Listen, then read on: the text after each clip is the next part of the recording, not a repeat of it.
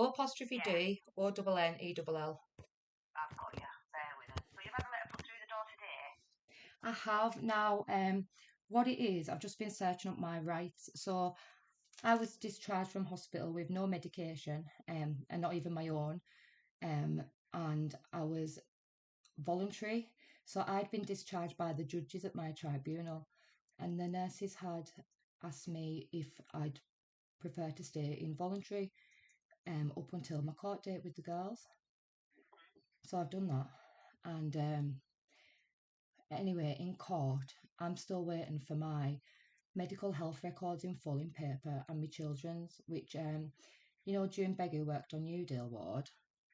I'm not aware of her, no. Well, she's the manager of there now. She came to my house and we signed off for all these forms for all three of us.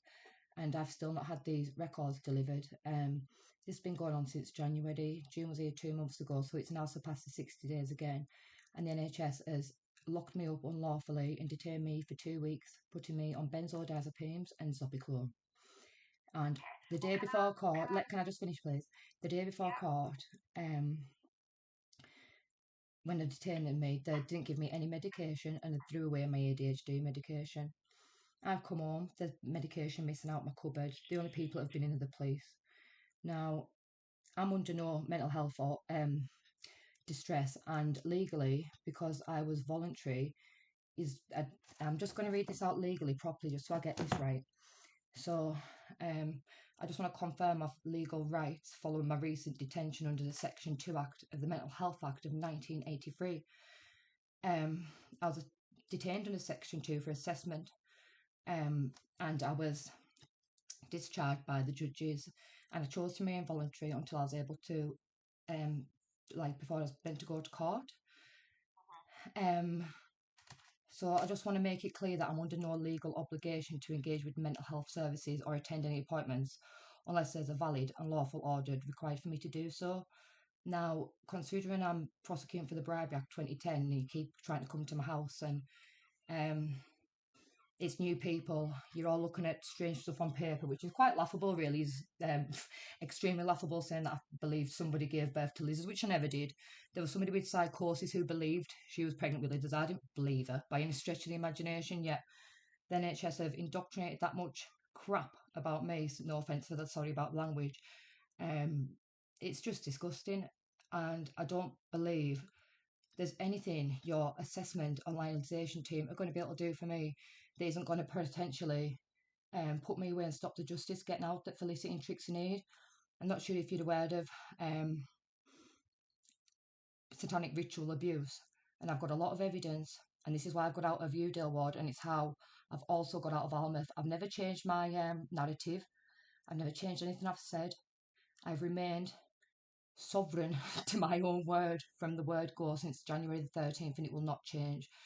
And until the NHS look after my mental health, which will be delivering Felicity and Trixie's and my own mental health records in full, I am not doing business or getting looked after by the NHS whatsoever, because you're not looking after my health. If anything, it seems that you're trying to deteriorate it. So what can I do today, sorry? You want me to get somebody to call you back, or do you just want me to make a note that you don't want any contact from the team? I'm not sure what you want me to do, sorry.